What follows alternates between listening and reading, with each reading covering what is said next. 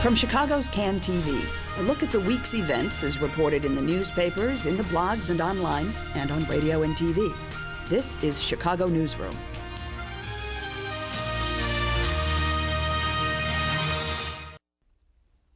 And hello again. Welcome to another edition of Chicago Newsroom right here on CAN TV. I'm Ken Davis, and as always, we have a week to review with a lot of people who know a lot about what's going on. You know, I just wanted to just make an initial, just a memorial for a moment to one of our favorite feline creatures who passed away this week. It was one of my favorite things to do is take a walk through Lincoln Park Zoo early in the morning and wander along the lakefront, and Adelor was always there to greet me in the morning and roar and stuff. And he was a great old lion. I know he had his problems, but he's gone, and I'm sorry, Adelor. I'll miss you. All right, down to business today. Angela Caputo is joining us today from The Reporter. Angela has done a number of stories that I want to really get into today about subsidized housing and how it really works in the back rooms in Chicago. Steve Edwards is joining us from WBEZ, soon to be talk show host in the afternoons on WBEZ, and glad to have you coming back to the airwaves, Steve. Great Thanks to be again. here. Thanks for that as well. And quite likely the last time we'll see you around this table for a while, because you are going off the deep end. Yes, literally and figuratively. Yeah, you'll be doing your own thing.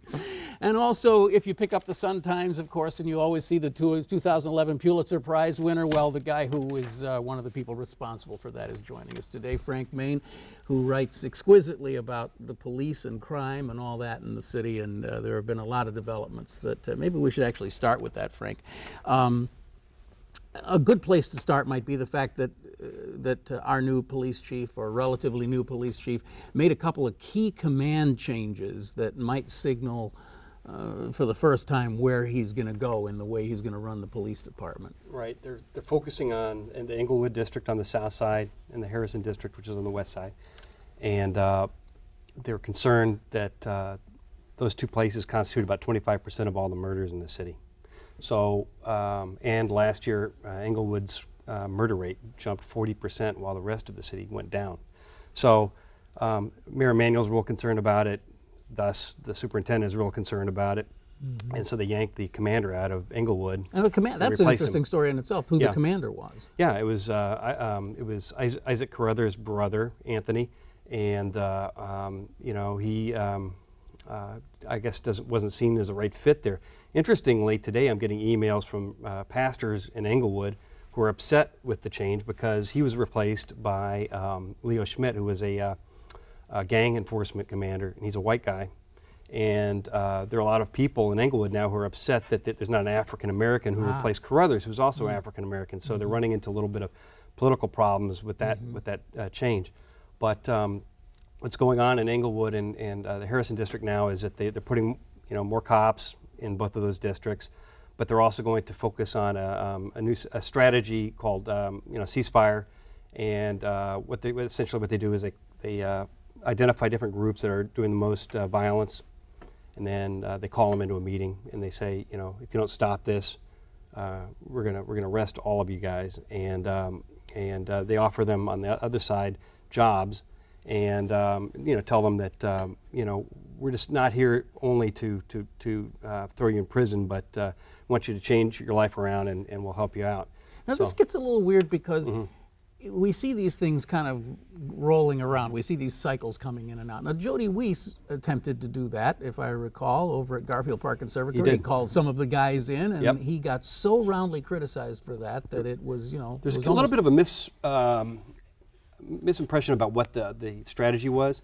I think the alderman kind of interpreted this as negotiating with the gangs and, pleading with them to stop. And essentially that's certainly how it was spun in the media. Yes, it sure was. The second day story was like that, and the alderman backed up and said, wait a second, we're not going to negotiate with these gangbangers. And David Kennedy, who founded this program in Boston years ago, doesn't believe that it's a negotiation. It's essentially an ultimatum. Stop. It's a face-to-face meeting. It's a face-to-face meeting, and it's and the two things that are surprising about this strategy is that the gangbangers do come to the meetings.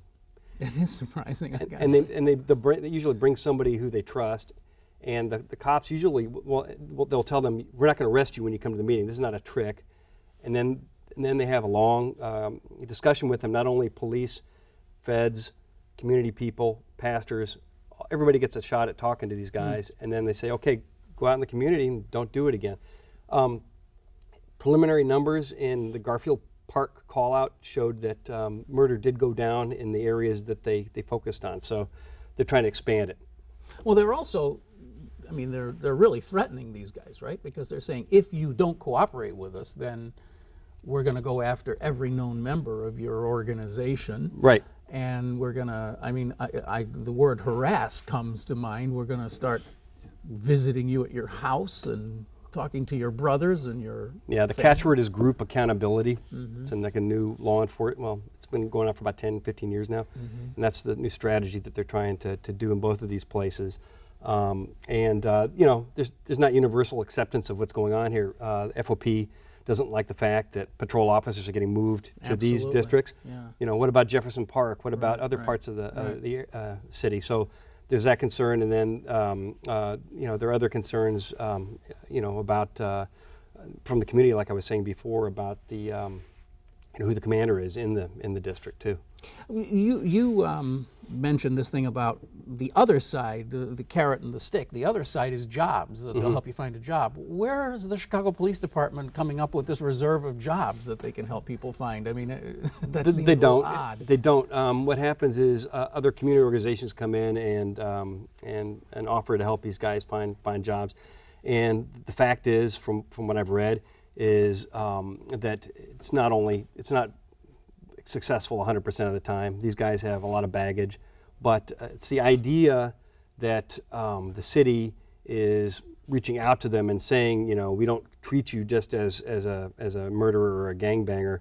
You know, we are willing to try to help you find something. And a lot of times in other cities, they haven't been able to hold on to these jobs if they are available. So it's I think it's more of the philosophy than the actual practice that they're going to get a job. And Angela, I know you've written about some of this in the past too, but one of the things that we older people remember about this is that this argument has just been going on for years now about whether you take the resources and put them in the hot spots, or you know, whatever. We've seen this.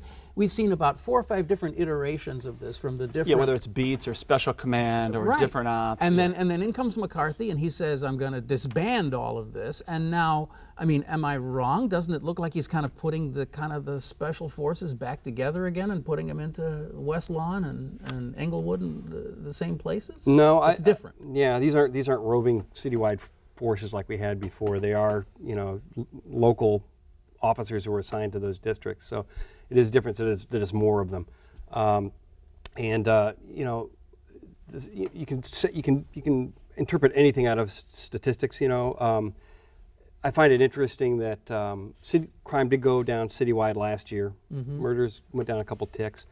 Then I thought the police department did a really stupid PR job of announcing one day that we had a day when we had no murders.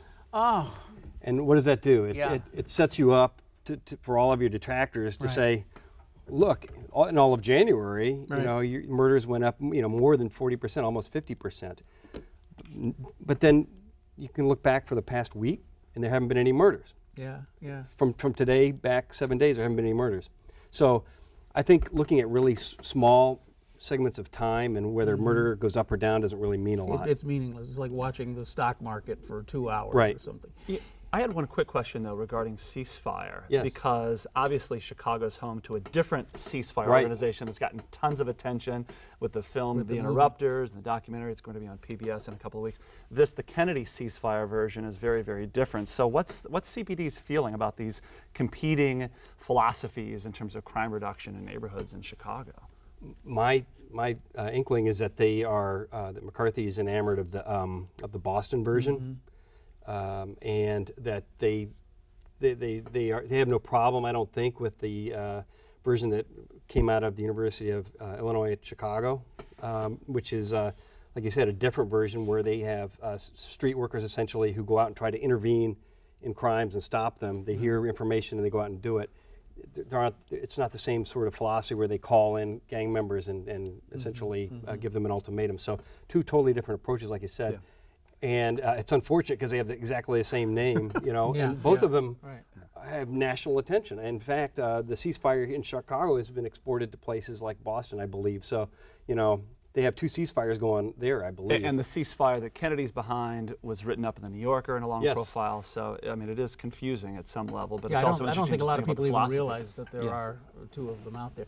And finally, before we leave this topic, one of the things that we often deal on this program with the public perception, because perception is reality, and something that has really kind of grabbed my attention is that McCarthy does not seem to be having the same problems that Jody Weiss had coming in here. I mean, if you sit down and you look at the things that they're saying, they're not terribly different. They're maybe 5 or 6 degrees apart in philosophy, and yet McCarthy seems to have, one would believe if one reads the press, that he has the support of the rank and file that Jody Weiss didn't have. At least we think that.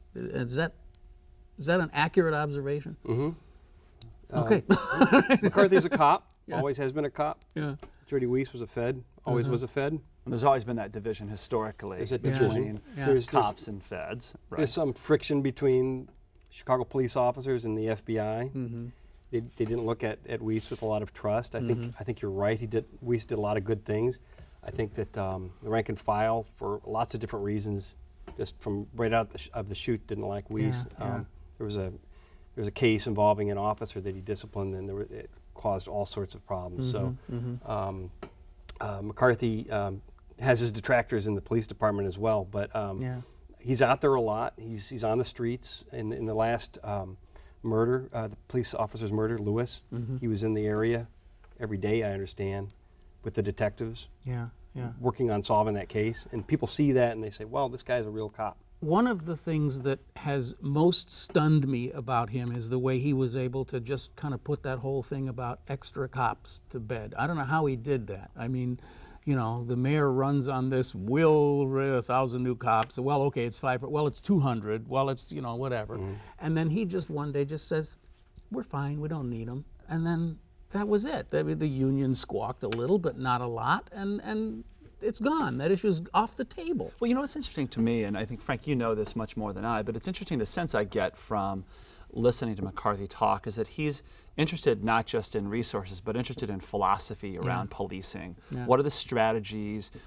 How are we going to use the resources we have? And let's first figure that out, and then we can determine what additional resources we need. And I think that's a refreshing approach, because it's not the kind of thing we normally hear from governance at any level. Whether it actually leads to a different outcome over the long term, I think remains to be seen. But it is interesting. I get the sense in hearing him on air and other places that he's trying to get a sense for how we're deploying people. You're right, and he's really steeped in law enforcement strategy and philosophy and theory. He'll cite different authors. You got to go read this book or read this book, because this is this kind of influenced me. And that's new in the That is new. That is new. Yeah, we got to change topics here. We got so much to get to. Let's just devote a minute, because I don't think we need more than that, Steve, to talking about our governor's State of the State address yesterday. You were listening. You were on the air with it yesterday. I mean, it seems almost illogical to me.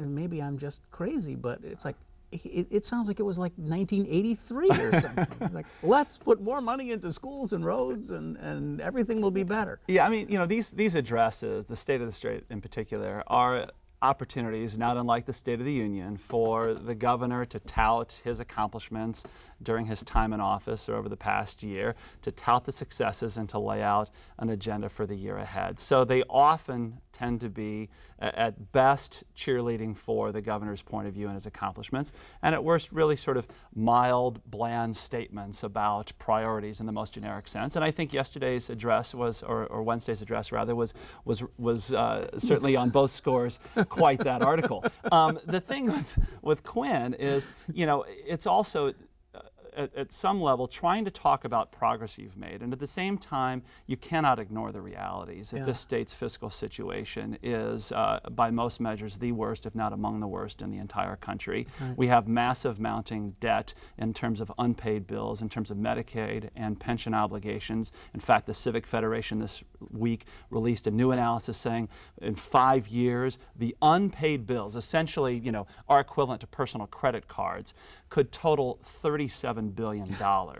That's just unpaid bills. That doesn't even account for pensions and so forth. So there are serious problems, and I think what will be most interesting is not what was said this week, but what happens in the weeks to come with the legislature. And if these leaders and this governor, who have not worked together very well and very successfully over the first couple of years of his time in office, can actually begin to do some of the very difficult heavy lifting and hard work to fundamentally reform and restructure some of these things.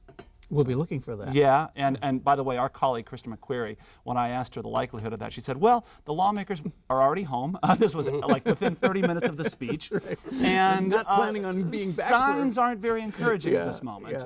We'll see. Well, we certainly, as they say in television, only time will tell. We'll see that. Ms. Caputo, I want to recommend to everyone watching that if you haven't seen your stuff in the Reporter on the subsidized housing thing, just you can go right to the website, to the Reporter's website, or you can check us out at chicagonewsroom.org. We're also putting it up there. We all know that there is subsidized housing in Chicago, but you kind of took the lid off and took a look at the people who run it, some of them rather prominent people, and the way they get a lot of money from the city and from the state and all sorts of funding because it's such a good thing to put money into, but you got people living in squalor. I don't even know where to begin with this, but give us the overview of this story. Well, you know, I really, what got my attention to do this story was a press conference down at City Hall a couple of years ago, and there were these tenants who were saying, hey, you know, we're living in this building in Woodlawn. One of the members of the Plan Commission, Leon Finney Jr., he's our landlord, he's setting public policy, and hey, we're living in a dump. And so, you know, I wanted to look into it a little deeper for a while and kind of trace what's happening with their buildings. And in doing that, I found a bigger story. I found that, you know, because affordable housing and this subsidized housing, these project-based Section 8 buildings, they're called, they were subsidies that were created 30, 40 years ago, and there are no new ones coming online. So. The challenge is that we've got a handful of landlords who really control most of these buildings, and HUD is in this position where they know that they're not being managed well. I mean, I've dug through audits and I found that in Finney's case, he's actually using the buildings as a personal ATM machine, covering totally unrelated bills with federal rent subsidies. And but because the buildings are in short supply and because these buildings are in distressed communities, letting them fail or pushing the landlords out will only create a problem for the tenants and the entire community. Because how many are there? How many units are there in Chicago? So we're talking non-senior units. There are 26,000, more than 26,000 units in Chicago. That's a lot. It's a lot. It's now the largest, you know, pot of or pool of subsidized apartments in Chicago. It outnumbers what the CHA offers. And so there are more. This is Section 8 we're talking about, right? Well, these are project-based Section 8 buildings. So these are not vouchers. When public housing was knocked down, people their housing was replaced with a voucher, and they could move into the private market. Anywhere to any landlord. But I think what's really important about these buildings too is that people have roots in these buildings. These are the kind of buildings where families live and raise children who go to the same school from kindergarten through 8th grade and then move on to high school. And with the voucher system, we see a lot of mobility. And there are a lot of schools in Chicago where, you know, 9 out of 10 students aren't there the next fall. But the subsidized housing is more stable over time. Yeah, because and are you saying that there are more units of subsidized housing in Chicago now than there are CHA units? Yes, well, the CHA has 37,000 vouchers, but in terms of like actual housing stock. There is more of this project-based Section 8 family housing than anything else, yeah. And, you know, I think that what's really interesting, what I found in doing this story is just a stunning lack of oversight. When I, you know, told the story through this pastor, Leon Finney, who's from Woodlawn, the stunning lack of oversight at the city level, at the state level, and at the federal level, because this is one of the biggest open secrets out there. And who is supposed to have oversight? Well, you know, on the housing, the Section 8 housing, it's HUD. And HUD is sort of in this precarious situation where they want to lean on the landlords, but if they lean too hard, then too failed inspection pushes the building into automatic foreclosure, regulatory foreclosure. So if they fail them twice in a row, then that building is pushed into foreclosure. There are some nonprofits out there that try to put the you know, the finance together to, if there's a landlord that they think could get back on the right track, they'll help to rehab the buildings and make them, you know, functioning again. But you know, in some cases, the landlords just really, they don't have the will to really invest in having good buildings. If the landlord walks away from the property and no longer owns it, does the subsidy go away? The subsidy is gone forever. Okay. Yep. So that's the danger. That's the danger. But I just got to go back to I also wrote a profile on Leon Finney Jr., and I found that there is just so much public money going into these little pet projects that he's got going on in these social service programs where, you know, for years, employees are paid sporadically. There are all of these federal tax liens. Just in November, they had $88,000 worth in like unpaid payroll taxes that they owed to the IRS. The financial house is just in total chaos, and still they continue to get grants, huge grants from the state and from the city, from the Chicago Housing Authority. The Chicago Housing Authority found them ghost payrolling, and a year later gave them another contract to manage their scattered site housing. So Incredible. yeah, and it's something that I just really recommend reading these articles, because it's much more than we can cover here on a little TV show, and you'll be amazed at the detail. This brings us to the question of men of the cloth and their influence, Steve. I wondered if you were going to go there. Yeah. And I mean, this story that just kind of like exploded out of nowhere in the last week about these paid protesters at the CPS hearings. I mean, okay, we're smirking and grinning, but it's pretty nasty stuff. I mean, people are being hauled into buses and paid $25 or $50 to go and testify in favor of the Brizard position closing schools. Yeah, and you know what's interesting? And this is interesting on a number of levels, but the idea of paying people to protest or to help support a political cause or political organization is certainly nothing new, especially in a city like Chicago. For years, organizations have had walking around money and so forth. I think what's new, among other things, is the fact that this has been done so brazenly and so clumsily in this case, to the point where the people actually going don't know exactly what they're going for. And switch sides. They switch sides in the middle of, I mean, talk about poor organizational discipline. I didn't come here for that. You know, talk about not getting your money's worth. And they renege on paying them when they don't take the right position. Exactly. And I think also, you know, it also begs a much bigger question, you know, who's really behind this? And we know that in one case, the money has been coming from Roosevelt Watkins, who his religious organizations do get contract money from CPS and from the city. He claims that these are completely unrelated instances, that there's no commingling, there's no connection whatsoever. I think it does raise the question, though, of is there a bigger orchestration of this? And the other thing is why? And I say that not because that these school closings aren't controversial, not because there might be people on multiple sides of this issue, but if you are somebody who wants to see these schools close and believe that is good policy, there is nothing in the past 10 years of school closings that suggests that's not going to happen. Yeah. Right?